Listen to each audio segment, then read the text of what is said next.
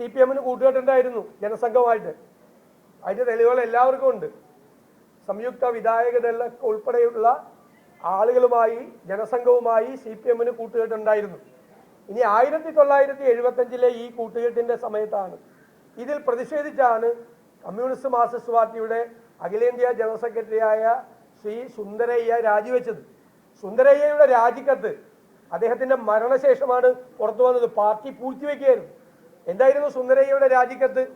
ഞാൻ രാജിവെക്കാൻ കാരണം സാമ്രാജ്യത്വ മനോഭാവമുള്ള പാരാമിലിറ്ററി ഫാസിസ്റ്റുകളായ RSSുമായി എൻ്റെ പാർട്ടി കൂട്ടുകൂടുന്നു.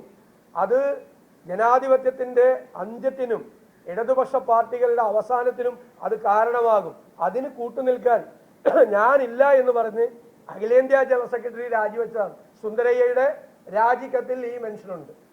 ഇനി അന്നും മാത്രം കൂടിയിട്ടില്ല. അതിനു മുമ്പ് കൂടിയതും മറന്നുപോയി, അതിനുശേഷം കൂടിയതും മറന്നുപോയി.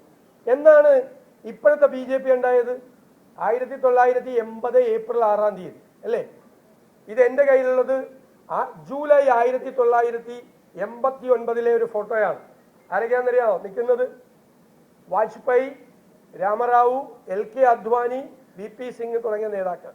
ഇരിക്കുന്നവർ ജ്യോതി ബാസുവും EMS നമ്പൂതിരിപ്പാടും ഒരുമിച്ചായിരുന്നു 89. ജനതാ പാർട്ടി അല്ല. 89 ജനതാ പാർട്ടി അല്ല, രാജീവ് ഗാന്ധിയെ പരാജയപ്പെടുത്താൻ, മറ്റേത് അടിയന്തരാവസ്ഥയെ തോപ്പിക്കാൻ. 89 അദ്വാനിയും അതുപോലെ വാജ്പേയിയും ജ്യോതി ബാസുവും EMS നമ്പൂതിരിപ്പാടും ഒരുമിച്ച് നിൽക്കുന്ന ചിത്രമാണിത്. ഒരുമിച്ച് നിൽക്കുന്ന ചിത്രം. എന്നിട്ടെന്താ TN ചതുർവേദി എന്ന് പറയുന്ന ഒരു ഹിന്ദുത്വ അജണ്ടയ്ക്ക് കൊടിപിടിക്കുന്ന ഒരു കൺട്രോളർ ആൻഡ് ഓഡിറ്റർ ജനറലിന്റെ റിപ്പോർട്ടിന്റെ പ്രകാരം ബോഫോസ് കേസ് അതുമായി ബന്ധപ്പെട്ടിട്ടാണ് ഒരുമിച്ച് കൂടിയതെന്നായിരുന്നു CPMന്റെ ഭാഷ്യം. അപ്പോൾ കേരളത്തിലൊക്കെ C&AG റിപ്പോർട്ട് കീറിക്കളയാണ് CPM. അതല്ല. അപ്പോൾ 89 ഇവർ ഒരുമിച്ച് കൂടി. അന്ന് മൊഹിസൻ ബ്ലിറ്റ്സ് വാരിയയ്ക്ക് കൊടുത്തൊരു ഇന്റർവ്യൂവിൽ അദ്ദേഹം വളരെ ഒരു പ്രവചനാത്മകമായ രീതിയിൽ മൊഹിസന്റെ ഒരു വിലയിരുത്തലുണ്ട്. ഇത് ഇന്ത്യയിലെ കമ്മ്യൂണിസ്റ്റ് പാർട്ടികളുടെ അന്ത്യം കുറിക്കും. നിങ്ങൾ ഈ സാമ്രാജ്യത്വ വർഗീയ ശക്തികളുമായി കൂട്ടുകൂടി രാജീവ് ഗാന്ധിയെയും കോൺഗ്രസിനെയും നിങ്ങൾ പരാജയപ്പെടുത്തിയാൽ ഇത് ഇന്ത്യയിലെ കമ്മ്യൂണിസ്റ്റ് പാർട്ടിയുടെ അന്ത്യം കുറിക്കുന്ന നടപടിയായിരിക്കും എന്ന് 89 മൊഹിസൻ ബ്ലിറ്റ്സ് വാരിയയ്ക്ക് എഴുതിയിട്ടുണ്ട്. പ്രവചനാത്മകമായിരുന്നു. പിന്നീട് തളർന്നു വീണിട്ട് 2 കാലിൽ എണീറ്റ് നിൽക്കാൻ ഇന്ത്യയിലെ 2 കമ്മ്യൂണിസ്റ്റ് പാർട്ടികൾക്കും പിന്നെ കഴിഞ്ഞിട്ടില്ല. ഇന്ത്യയിൽ ബംഗാളിൽ 33 വർഷം ഭരിച്ച ബംഗാളിൽ വരെ തകർന്നു തരിപ്പണമായി പോയി. ഇതാണ് സ്ഥിതി. 2015 CK ചന്ദ്രപ്പൻ മെയിൻ സ്ട്രീം വാരിയയ്ക്ക് മരിക്കുന്നതിന് മുമ്പ് ഒരു ഇന്റർവ്യൂ കൊടുത്തു. എന്നിട്ട് അദ്ദേഹം പറഞ്ഞു, CPM is going to sink. CPI will also sink along with CPM. അതായത് CPM മുങ്ങാൻ പോവുകയാണ്, CPIയും അതോടുകൂടി മുങ്ങിപ്പോവും. ഇതിൻ്റെ എല്ലാം പരിണതഫലമാണ് ഇന്ത്യയിൽ ഇന്ന് CPM CPI. അതായത് കോൺഗ്രസ് വിരോധം. ഏത് ചെകുത്താനുമായും കൂട്ടുകൂടിയും കോൺഗ്രസിനെ പരാജയപ്പെടുത്തണമെന്നുള്ള കോൺഗ്രസ് വിരുദ്ധതയുടെ ഭാഗമായി ഇഷ്ടമുള്ള സമയത്ത് 67-ലും 75-ലും 89-ലും ഇപ്പോഴും CPM BJPയുമായും RSSുമായും കൂട്ടുകൂടുകയാണ്. വെറുതെ ഒരു പ്രസ്താവന ഇന്നലെ ഇങ്ങനെ ഇറക്കും. ഇത് നേരത്തെ ശ്രീ പിണറായി വിജയനും പറഞ്ഞിട്ടുണ്ട്. ഞങ്ങൾ എപ്പോഴും RSSന്റെ വോട്ട് ചോദിച്ചിട്ടില്ല, പക്ഷെ RSSന്റെ വോട്ട് ഞങ്ങൾക്ക് പലപ്പോഴും കിട്ടിയിട്ടുണ്ടെന്ന് അദ്ദേഹത്തിന്റെ ഇന്റർവ്യൂ ഉണ്ട്. അദ്ദേഹത്തിന്റെ ഇന്റർവ്യൂ പിണറായി വിജയന്റെ പല സമയത്തും ഞങ്ങൾ കിട്ടിയിട്ടുണ്ട്. എപ്പോഴും ഞങ്ങൾ വേണമെന്ന് പറഞ്ഞിട്ടില്ല, ചില സമയത്തെല്ലാം കിട്ടിയിട്ടുണ്ട്. എൻ്റെ ചോദ്യം, ഈ നിലമ്പൂർ ഉപതെരഞ്ഞെടുപ്പിന്റെ തൊട്ടു മുമ്പ് എന്താണ് ഈ പഴയ സൗഹൃദത്തെ പറ്റി CPM ഓർക്കാൻ കാര്യം? നമ്മൾ വേർപിരിഞ്ഞെങ്കിലും, ഇടയ്ക്ക് വേർപിരിഞ്ഞെങ്കിലും പണ്ട് നമ്മൾ വലിയ കൂട്ടുകാരായിരുന്നു, നമ്മൾ ഒരുമിച്ചായിരുന്നു എന്ന ഒരു പ്രണയിനിയുടെ പ്രണയാർദ്രമായ അപേക്ഷ പോലെ ഇപ്പോൾ സഹായിക്കണം എന്നുള്ളൊരു അപേക്ഷയാണ്. ഇത് RSSന്റെയും BJPയുടെയും സഹായത്തിന് വേണ്ടിയിട്ടുള്ള ഒരു പ്രണയാർദ്രമായ ഒരു ഓർമ്മപ്പെടുത്തലാണ് യഥാർത്ഥത്തിൽ ഇപ്പോൾ നടന്നിരിക്കും. ഞങ്ങൾ പണ്ട് ഒരുമിച്ച് കൂടിയിട്ടുണ്ട്, നമ്മൾ തമ്മിൽ ഒരുമിച്ച് നിന്നിട്ടുണ്ട്. അല്ലെങ്കിൽ ഇന്നലെ ഇത് പറയേണ്ട ആവശ്യമുണ്ട്? മനഃപൂർവ്വമായിട്ട് പറഞ്ഞാണ്. അവിടെ ഇവരെല്ലാം, ഇവരുടെ ഈ കൂട്ടുകെട്ടിലെ എല്ലാവരെയും ഞങ്ങൾ പരാജയപ്പെടുത്തും. ഒരു സംശയം വേണ്ട കാര്യം.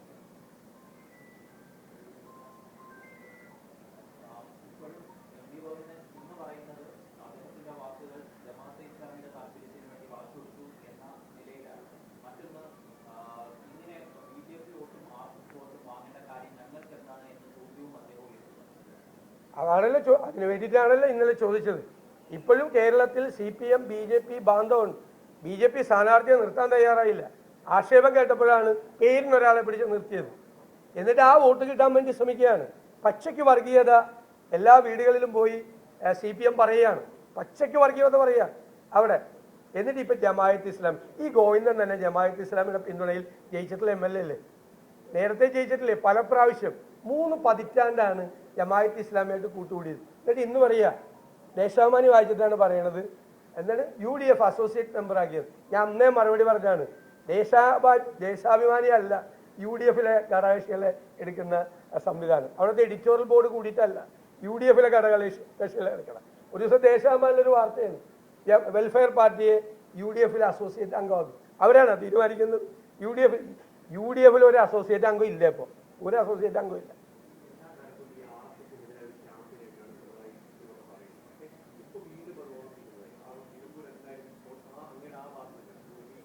ഇന്നലെ പറയേണ്ട ആവശ്യം എന്താ? ഞങ്ങൾ പണ്ട് ഒരുമിച്ചായിരുന്നു എന്ന് ഇന്നലെ പറയേണ്ട ആവശ്യം എന്താ? എല്ലാവർക്കും അറിയാമല്ലോ, അടിയന്തരാവസ്ഥ കാലത്ത് ഇവർ ഒരുമിച്ചായിരുന്നു. ഇപ്പോഴത്തെ മറുപടിയാണ് നിങ്ങൾ ശ്രദ്ധിക്കേണ്ടത്. അന്ന് മാത്രമായിരുന്നു, അന്നത്തെ ജനതാ പാർട്ടിയുമായിട്ട് മാത്രമല്ല BJP ഉണ്ടായതിനു ശേഷം. അതിന് മറുപടി പറയണം. അവിടുത്തെ സ്ഥാനാർത്ഥിയും രാവിലെ വലിയ വർത്തമാനം പറഞ്ഞല്ലോ, ജനതാ പാർട്ടിയായിട്ടാണ് കൂടിയെന്ന്. BJPയുമായി കൂട്ടുകൂട്ടിയതിന്റെ പടമാണ് ഞാൻ കാണിച്ചത്. BJPയുമായി എല്ലാവർക്കും അറിയാം, 89-ൽ രാജീവ് ഗാന്ധിയെയും കോൺഗ്രസിനെയും തോൽപ്പിക്കാൻ 80-ൽ BJPയുമായി കൂട്ടുകൂടിയില്ലേ? പിന്നെ എന്തിനും ജനതാ പാർട്ടി എന്ന് പറയുന്നത്? ജനതാ പാർട്ടിയൊക്കെ പിരിച്ചുവിട്ട് ഇവരുണ്ടായതിനു ശേഷം, BJP ഉണ്ടായതിനു ശേഷം അവരുടെ കൂടെ ആയിരുന്നു. ഇവർക്ക് ഒരു മടിയില്ല. ഇവർ കാലാകാലങ്ങളിൽ അവരുടെ കൂടെ എല്ലാ ശക്തികളും ഉണ്ടായിരുന്നു. ഇപ്പോൾ ഒരു ഇടത് കൈയിൽ PDPയെ ചേർത്ത് പിടിച്ചിരിക്കുന്നു. അബ്ദുൽ നാസർ മദനി ഏറ്റവും വലിയ തീവ്രവാദി ആയതുകൊണ്ട് ഞങ്ങൾ കേരള പോലീസ് തമിഴ്നാട് പോലീസിന് പിടിച്ചു കൊടുത്താണ് എന്ന് അവകാശപ്പെട്ടാണ്. വലതുഭാഗത്ത് പേരൂർക്കടയിലെ ആസാമി പേരൂർക്കടയിലെ തെറ്റിദ്ധരിക്കരുത്, ആ സാമിയും കൂടി കൂട്ടുപിടിച്ചിരിക്കുകയാണ്. മനസ്സിലായില്ലേ? ഇടതുഭാഗത്ത് PDPയും വലതുഭാഗത്ത് ആസാമിയും. എന്നിട്ട് പറയാം, ഞങ്ങൾ മതേതരത്വത്തിന് വേണ്ടി നിലകൊള്ളുക. ഇടതും വലതും തോളിക്കഴിട്ട് നിൽക്കുന്നത് PDPയുടെയും ആസാമിയുടെയും. അതാണ് നിങ്ങൾ മനസ്സിലാക്കേണ്ടത്. എത്ര കാപട്യമാണ്, കാപട്യം. കേരളത്തിന്റെ രാഷ്ട്രീയ നഭോമണ്ഡലത്തിൽ ലാഫിംഗ് സ്റ്റോക്കായി, പരിഹാസപാത്രമായി CPM നിൽക്കുന്ന കാഴ്ചയാണ്. നാളെ തെരഞ്ഞെടുപ്പ് നിലമ്പൂരിൽ നടക്കാൻ പോകുമ്പോൾ ഇന്ന് കാണുന്നു. വെപ്രാളമാണ്. ഒരു വെപ്രാളം കാട്ടിയിട്ട് കാര്യമില്ല. ഉജ്ജ്വലമായ ഭൂരിപക്ഷത്തിന് നിലമ്പൂരിലെ ജനത ആര്യാട ഷൗക്കത്തിനെ തെരഞ്ഞെടുക്കാൻ.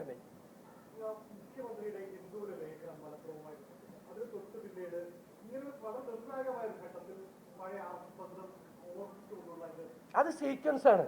അതായത് പാർലമെന്റ് ഇലക്ഷനിൽ എന്താണ് നമ്മുടെ പൗരത്വ നിയമത്തെക്കുറിച്ചും പാലസ്തീനെ കുറിച്ചൊക്കെ ഒരു ചർച്ച, ന്യൂനപക്ഷ പ്രീണനത്തിന് വേണ്ടി. അത് ഓടിയില്ല, അത് നടന്നില്ല. പാർലമെന്റ് ഇലക്ഷൻ കഴിഞ്ഞ ഉടനെ പ്ലേറ്റ് മാറ്റി, ഭൂരിപക്ഷ പ്രീണനമായി. ആദ്യം ചെയ്തത് ഡൽഹിയിലെ എല്ലാ നാഷണൽ മീഡിയയിലേക്കും മുഖ്യമന്ത്രിയുടെ PR ഏജൻസി ഒരു നോട്ട് കൊടുത്തു.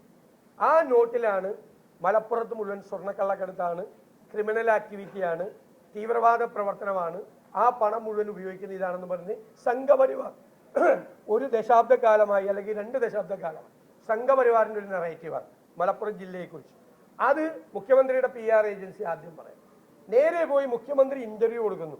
അതേ വാചകങ്ങൾ, PR ഏജൻസി കൊടുത്ത നോട്ടിലെ അതേ വാചകങ്ങൾ അത് പറയുന്നു. ഇന്നിപ്പോ നിലമ്പൂരിൽ തെരഞ്ഞെടുപ്പിന്റെ ചുമതലയുള്ള വിജയരാഘവൻ, അദ്ദേഹത്തെ വർഗീയ രാഘവൻ എന്നാണ് അവിടെ എല്ലാവരും വിളിക്കുന്നത്. അദ്ദേഹത്തിന്റെ 1 ഡസൻ സ്റ്റേറ്റ്മെന്റ് ഉണ്ട് മലപ്പുറത്തെ കുറിച്ച്. മലപ്പുറം മുഴുവൻ തീവ്രവാദികളാണ്, മുഴുവൻ കുഴപ്പമാണെന്ന് പറയും. ഏറ്റവും അവസാനം പ്രിയങ്ക ഗാന്ധി ജയിച്ചപ്പോൾ പറഞ്ഞു, തീവ്രവാദികളുടെയും വർഗീയവാദികളുടെയും വോട്ടുകൊണ്ടാണ് പ്രിയങ്ക ഗാന്ധി ജയിച്ചതെന്ന്. നിലമ്പൂരിൽ 95,000 വോട്ടാണ് അവർക്ക് കിട്ടിയത്. 65,000 വോട്ടിന്റെ ലീഡാണ്. അവർ 95,000 വോട്ട് പിടിക്കുമ്പോൾ 29,000 വോട്ടാണ് LDFിന്റെ സ്ഥാനാർത്ഥിക്ക് കിട്ടിയത്. ആലോചിച്ച് നോക്കി, അവിടുത്തെ മുഴുവൻ വർഗീയവാദികളും കൂടി പ്രിയങ്ക ഗാന്ധിക്ക് വോട്ട് ചെയ്തു. അങ്ങനത്തെ ആ ഒരു ഭൂരിപക്ഷ പ്രീണനവും ഡൽഹിയിലിരിക്കുന്ന ഏമാനന്മാരെ സന്തോഷിപ്പിക്കുകയാണ് ഇപ്പോൾ പിണറായിയുടെ മെയിൻ ജോലി. ഞാൻ ചോദിച്ചല്ലോ നിങ്ങളോട്, പാലാരിവട്ടം പാലത്തിന് ഒരു എഞ്ചിനീയറിംഗ് പിഴവുണ്ടെന്ന് പറഞ്ഞപ്പോൾ പാലം തകർന്നു വീണില്ല. UDFിന്റെ കാലത്ത് തുടങ്ങി LDFിൽ തീർത്ത പാലത്തിന്റെ അന്നുണ്ടായിരുന്ന മന്ത്രിയെ കേസിൽ പ്രതിയാക്കി. കോടതി ഇടപെട്ടില്ലായിരുന്നു ഇബ്രാഹിം കുഞ്ഞ് ജയിലിൽ പോയത്. എഞ്ചിനീയറിംഗ് പിഴവിൽ മന്ത്രി എന്ന് വിളിച്ചു. ഇപ്പോ അന്ന് അത് ചെയ്ത CPM വ്യാപകമായി കേരളത്തിൽ ഹൈവേ തകർന്നു വീഴുകയാണ്. ആയിരക്കണക്കിന് കോടി രൂപയുടെ അഴിമതിയാണ്, അല്ലെ? മുഴുവൻ വിള്ളലാണ് 156 സ്ഥലം. ഞങ്ങൾക്കൊരു പരാതിയില്ല എന്ന് മാത്രമല്ല, മുഖ്യമന്ത്രിയും പൊതുമരാമത്ത് മന്ത്രിയും ഇവിടെ ഇബ്രാഹിം കുഞ്ഞിനെതിരെ കേസെടുത്ത് അവര് ഡൽഹിയിൽ പോയൊരു സമ്മാനപ്പെട്ടി, എന്താണാവോ ആ പെട്ടിയിൽ? ഒരു സമ്മാനപ്പെട്ടിയും പിന്നെ ഒരു പൊന്നാടയും. ആർക്ക്? ഈ 156 സ്ഥലത്ത് വിള്ളലുണ്ടായതിനും ഹൈവേ തകർന്നു വീണതിനും കൊണ്ടേ കൊടുത്തിരിക്കുകയാണ്. കേട്ടുകഴിവുണ്ട്, നിങ്ങൾ നോക്കിയാൽ മതി. പാലാരിവട്ടം പാലത്തിന്റെ കാലത്ത് UDF-നെതിരായും ഇബ്രാഹിം കുഞ്ഞിനെതിരായും പറഞ്ഞ പഞ്ചവടി പാലമാണെന്ന് പറഞ്ഞ ആളുകൾ ഈ ഹൈവേ നിർമ്മിക്കുന്ന ഹൈവേയുടെ അതോറിറ്റിയായ മന്ത്രിക്ക് പൊന്നാടയും പ്രീണിപ്പിക്കുകയാണ്. കാരണം എന്താ? BJP-യുമായിട്ടുള്ള ഇടനിലക്കാരനാണ് ആര്? നിതിൻ ഗഡ്കരി. സന്തോഷിപ്പിക്കുകയാണ്. എപ്പോഴും ഒരു കേസിലെന്ന് സ്റ്റേറ്റ് ഗവൺമെന്റിന് ഒരു പരാതിയില്ല. ആലോചിച്ച് നോക്കിയേ.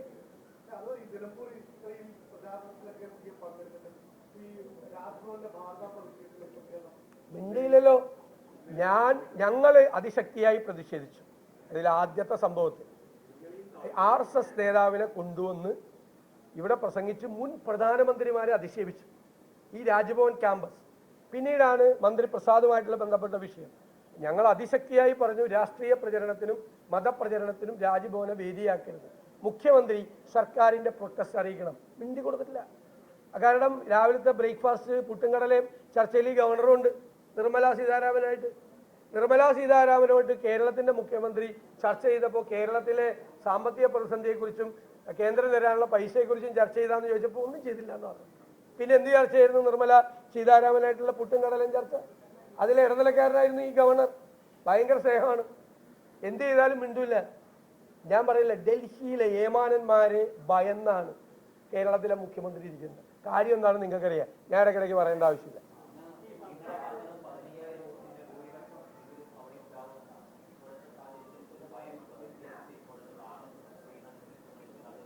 ഞങ്ങൾക്കൊരു ഭയമില്ല. ഞങ്ങൾക്ക് ഇതൊക്കെ നേരത്തെ ഇത് തുടങ്ങുമ്പോൾ അറിയാം. RSS സ്ഥാനാർത്ഥിയെ നിർത്തില്ല എന്ന് പറഞ്ഞപ്പോൾ ഒരു പ്രസക്തമല്ലാത്ത തരത്തിൽ ഇലക്ഷൻ രംഗത്ത് ഇല്ലാത്ത രീതിയിൽ BJP-യുടെ NDA-യുടെ പ്രവർത്തനം കണ്ടു കഴിഞ്ഞപ്പോൾ ഞങ്ങൾക്കറിയാം സംഭവിക്കാം. അതിനെയൊക്കെ മറികടന്നിട്ടാണ് ഞങ്ങൾ കണക്കാക്കിയിരിക്കുന്നത്. ഞങ്ങളുടെ താഴെത്തട്ടിലുള്ള കണക്കാണ് ഞങ്ങൾ.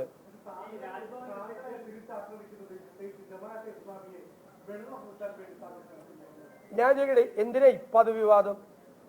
കഴിഞ്ഞ പാർലമെന്റ് തെരഞ്ഞെടുപ്പിൽ വെൽഫെയർ പാർട്ടി ഞങ്ങൾക്ക് പിന്തുണ തന്നിട്ടില്ലേ? അപ്പൊ ഈ വിവാദം ഉണ്ടായില്ലല്ലോ. ഇപ്പോഴും അത്രയല്ലേ സംഭവിച്ചുള്ളൂ. അവർ ഞങ്ങൾക്ക് പിന്തുണ നൽകി, അത്രയല്ലേ ഉള്ളൂ. അന്നുണ്ടാകാത്ത വിവാദം ഇപ്പൊ എന്തിനാ CPM ഉണ്ടാകണ? CPM ഒരു ഇസ്ലാമോഫോബിയ ക്രിയേറ്റ് ചെയ്യാൻ വേണ്ടി നോക്കുക. അതിന് ഈ വെൽഫെയർ പാർട്ടിയുടെ പേര് വെറുതെ പറയുക. ഇതൊരു ഭൂരിപക്ഷ പ്രീണനം, വെറുതെയാണ്, തട്ടിപ്പാണ്. ഭൂരിപക്ഷത്തോട് സ്നേഹമില്ല, ആരോടും സ്നേഹമില്ല, തട്ടിപ്പ് കാണിക്കുകയാണ്. മനസ്സിലായില്ലേ? തെരഞ്ഞെടുപ്പിൽ ജയിക്കാൻ വേണ്ടിയിട്ടുള്ള തട്ടിപ്പുകളാണ് ഇവർ കാണിക്കുന്നത്.